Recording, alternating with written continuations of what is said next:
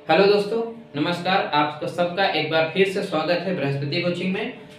और हम लोग चलिए दोस्तों पढ़ना शुरू करते हैं। हम लोगों को चल रहा है क्लास 12 अध्याय पहला पढ़ रहे हैं, जीवों में जनन। ठीक है, देखिए इससे पहले की वीडियो में हम लोगों ने पढ़ा था कि लैंगिक जनन पढ़ा था। ठीक है, लैंगिक जनन में हमने 3 प्रावस्थाएं देखी थी। ठीक है, जिसमें हम लोगों ने किशोरावस्था, ठीक है, और एक जनन की अवस्था और एक जीर्णावस्था या वृद्धावस्था देखा था। ठीक है, तो उसके बाद अभी हम लोग इस वीडियो में पढ़ने वाले हैं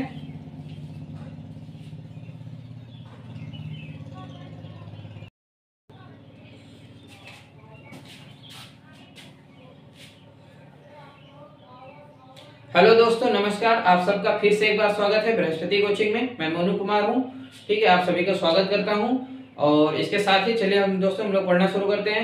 हम लोग आज पढ़ने जा रहे हैं क्लास 12वीं का पहला अध्याय, जीवों में जनन। ठीक है, और इसमें हम लोग देखेंगे, देखिए इससे पहले हमने लैंगिक जनन पढ़ा था जिसमें हमने विभिन्न प्रावस्थाएं देखी थी। ठीक है, अभी इस वीडियो में हम लोग पढ़ेंगे निषेचन पूर्व की घटना। मतलब निषेचन, जैसे हमने लैंगिक जनन में पढ़ा था ना कि जब दो युग्मक मिलते हैं, मान लीजिए युग्मक का मतलब एक नर युग्मक और एक मादा युग्मक, दो होते हैं ना, दोनों जब मिलते हैं तब उस प्रक्रिया को या मिलने को, उसी को निषेचन बोलते हैं। ठीक है, उसके बाद से फिर जीव का निर्माण शुरू होता है। समझ में आया? तो उससे पहले क्या होता है, उससे पहले की प्रक्रिया हम लोग पढ़ेंगे। मतलब निषेचन पूर्व का मतलब क्या होता है, पहले। तो हम लोग निषेचन से पहले क्या क्या होता है वो चीज अभी पढ़ेंगे। फिर हम लोग निषेचन भी इसी में पढ़ेंगे क्या होता है। तो देखते हैं। देखिए निषेचन पूर्व घटना मतलब कि निषेचन के पूर्व क्या क्या घटनाएं होती हैं। समझ में आया?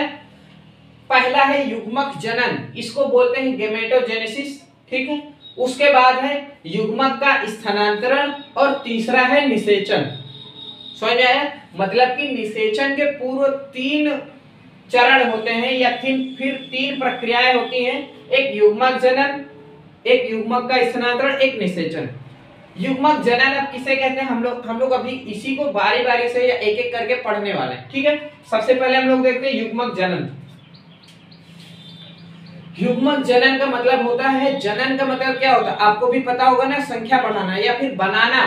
क्या चीज? युग्मक।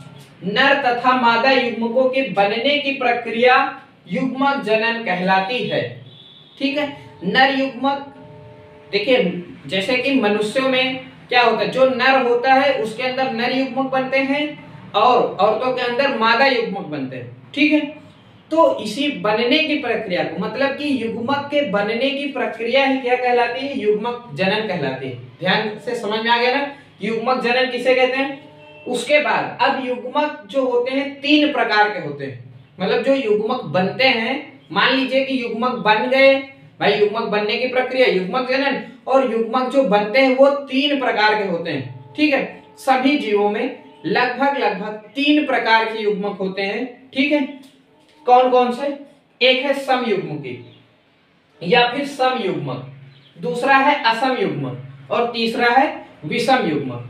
ठीक है, इसको आइसोगेमेट बोलते हैं, इसको एन आइसोगेमेट बोलते हैं, इसको हेटेरो आइसोगेमेट बोलते हैं। ठीक है, अभी हम लोग अब इनको एक एक करके पढ़ने वाले हैं कि समयुग्मकी क्या होते हैं। देखिए हमने यहाँ पर बना रखा है कि वे युग्मक जिनकी आकृति समान हो और आकार भी समान हो उनको क्या बोलते हैं, समयुग्मक बोलते हैं। ठीक है, आपने शैवाल में पढ़ा था है ना कि शैवाल और कवक में आपने देखा होगा कि ये सब क्या करते हैं, युग्मकों का निर्माण करते हैं। ठीक है, तो अगर उनकी आकृति और आकार, देखिए ये भी गोल है, ये भी गोल है।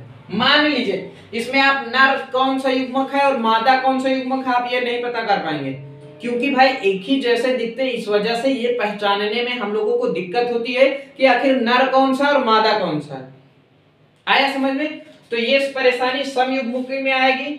तो इसमें आप समझ सकते हैं कि वे युग्मक या फिर वे नर या मादा युग्मक जिनकी आकृति और आकार, आकृति भी देखिए गोल है, आकार भी इनका सब लगभग बराबर, जितना बड़ा ये है उतना बड़ा ये है, तो ऐसे युग्मकों को समयुग्मक बोलते हैं। समझ में आया ना? वे युग्मक जिनकी आकृति और आकार दोनों समान होते हैं उनको समयुग्मक बोलते हैं। ये समझ में आ गया?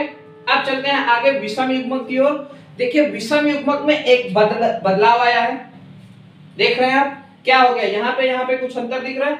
यहाँ पे एक युग्मक बड़ा है और एक छोटा है। इसमें क्या होता है, आकृति समान होती है। देखिए दोनों क्या है, गोल है, ठीक है, दोनों क्या है, गोल है, लेकिन आकार क्या है, असमान है। देखिए ये छोटा है और ये बड़ा हो, ठीक है। ज्यादातर ऐसा होता है कि जो नर युग्मक होता है वो बड़ा होता है, ठीक है, मादा युग्मक ज्यादातर छोटी होती है। समझ में आया? तो ये तो बात की बात है, हमें ये समझना है कि असम युग्मक कहते किसे, ठीक है। तो समझ में आया ना, वे युग्मक जिनकी आकृति समान होती है किंतु आकार असमान होता है उन्हें असम युग्मक बोलते हैं, ठीक है।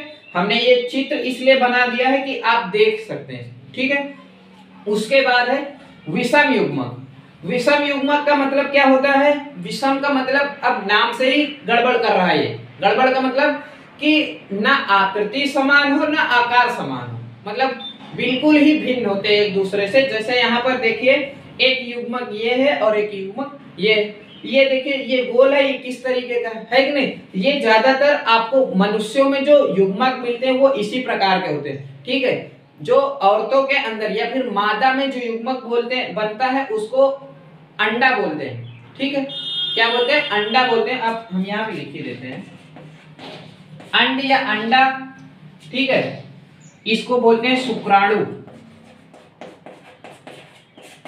ठीक है। अभी ये सब आएगा, हम लोग एक एक करके पढ़ेंगे इन सब चीजों को कि क्या होता है, कैसे बनते हैं, कहाँ बनते हैं। मानव का लेसन भी है इसी लेसन में हम लोगों के, है ना, मतलब इसी लेसन मतलब हम लोगों के सिलेबस में, ठीक है। तो ये देखिए मनुष्यों का शुक्राणु, जब ये दोनों अंडाणु और शुक्राणु दोनों मिलते हैं तब निषेचन होता है, ठीक है। लेकिन हम यहाँ पर बात कर रहे हैं आकार की, आकृति की।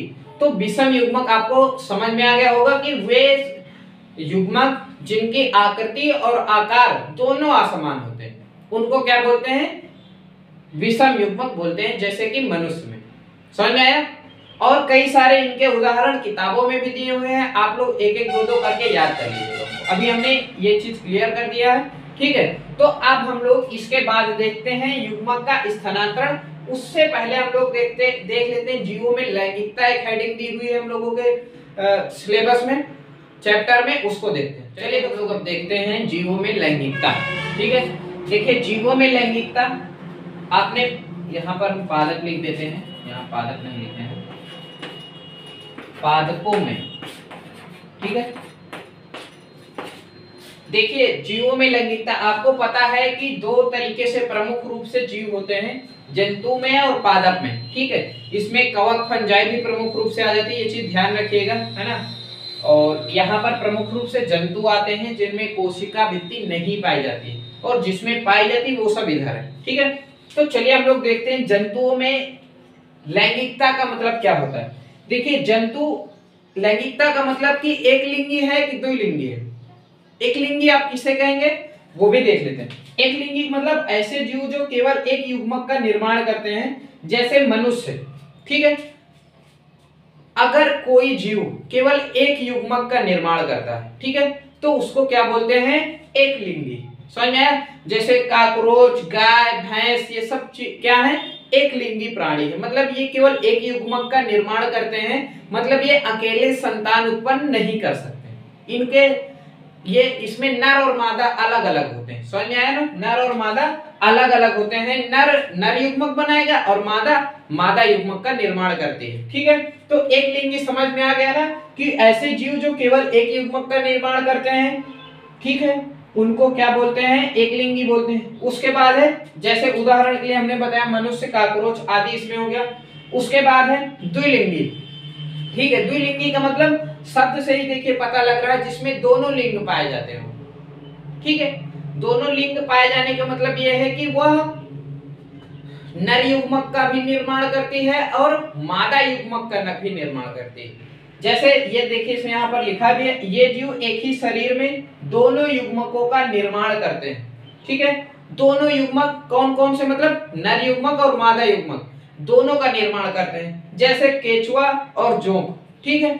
ये इसमें नर और मादा अलग अलग नहीं होते हैं। एक केचुआ एक केचुए के अंदर ही पूरी संरचनाएं पाई जाती हैं जो बच्चे पैदा करने में सक्षम होता है। समझ में आया? द्विलिंगी होते हैं मतलब इसमें नर युग्मक भी बनाने की क्षमता होती है और मादा युग्मक बनाने की भी क्षमता होती है केचुआ और जोंक में, इसलिए इनको क्या बोलते हैं? द्विलिंगी बोला जाता है। ठीक है, अब पादपों में देखते हैं पादपों में क्या होता है। ये समझ में आ गया ना द्विलिंगी मतलब?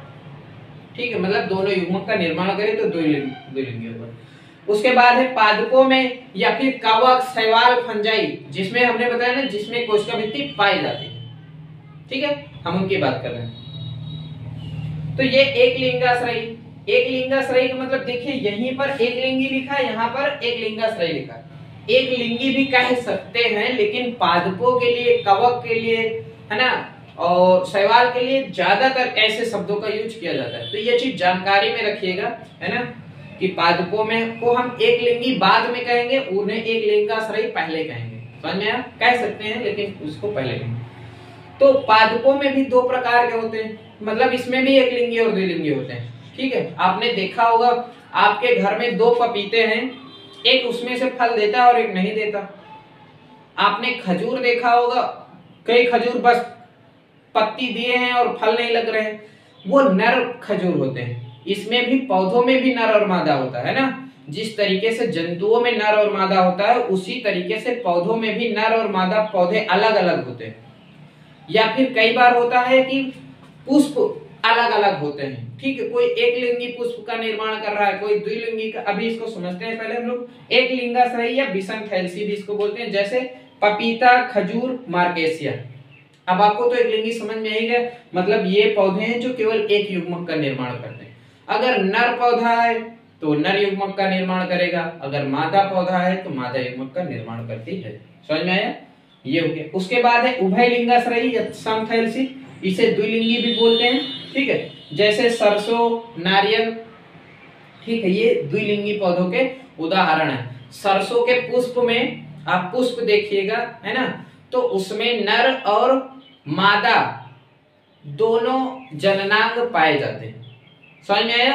तो इस तरीके से ये रहा जीवों में लैंगिकता। हमने लैंगिकता देख ली, आपको समझ में आ गया होगा। उदाहरण ध्यान रखना है इसमें से। ठीक है, तो अभी नहीं, अगले वीडियो में हम लोग पढ़ेंगे युग्मक का स्थानांतरण, या फिर इसके बाद भी एक हेडिंग है उसमें, है ना, वो अर्ध कोशिका का विभाजन करके हम लोग उसको देखेंगे पहले, फिर युग्मक का स्थानांतरण और उसके बाद निषेचन देखेंगे। ठीक है, तो अभी के लिए दोस्तों इतना ही रहेगा इस वीडियो में। मिलते हैं अगले वीडियो में। Thank you.